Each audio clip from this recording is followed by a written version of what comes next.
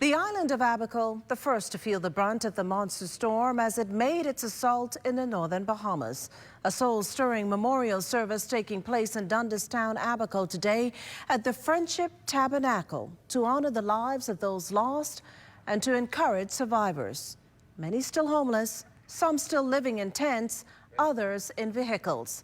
They are the faces of parents without children and in some instances, children without parents. Raven Davis from our northern service has tonight's top story.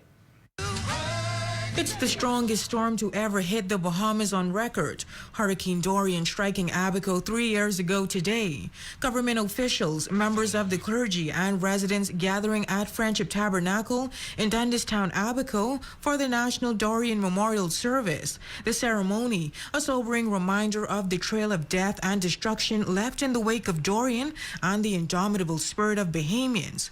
Emotions running high as attendees were serenaded with song. With many lives lost and hundreds still unaccounted for, Prime Minister the Honorable Philip Davis expressing that he understands the difficulty of moving forward in the wake of uncertainty and in the absence of closure. During the past year, we have made strenuous efforts to give an account for each person, to say what happened to every individual. But the task has been made near impossible.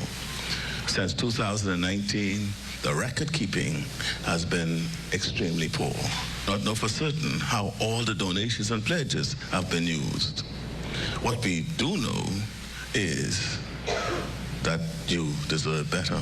He says, regrettably, many questions remain unanswered and recovery has been slow, but government is committed to continued relief efforts. As we remember, we are also mindful of the need to act.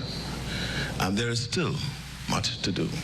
We have changed the law, as you would have heard, in relation to the presumption of death to facilitate quicker settlement of insurance, banking, and other commercial claims. We have completed the technical phase of the new Abaco hurricane shelter. We have helped people begin to move out of the dooms to cleaner, safer homes. It has not been easy or perfect, but it is an important step in moving forward. Deputy Leader of the Opposition Free National Movement, Shanadon Cartwright, also delivering remarks. The tragedy of Dorian has reminded us that we are stronger, more unified than we know, and more that our societal divisions sometimes lead us to believe. With the grace from our God and help from each other, Abaco and Grand Bahama and the Commonwealth of the Bahamas has persevered.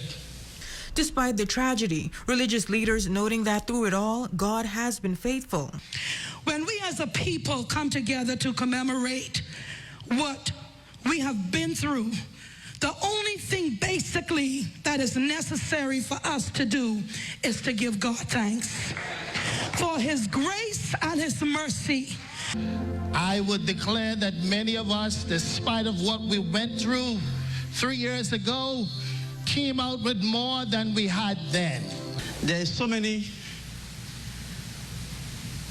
that are still counting missing. Through it all, we still hopeful and keep our trust in God. At the ceremony's closing, the victims' families and government ministers laying wreaths in honor of those who perished at the hands of the storm in Abaco. For the Bahamas Tonight Northern Edition, I'm Raven Davis.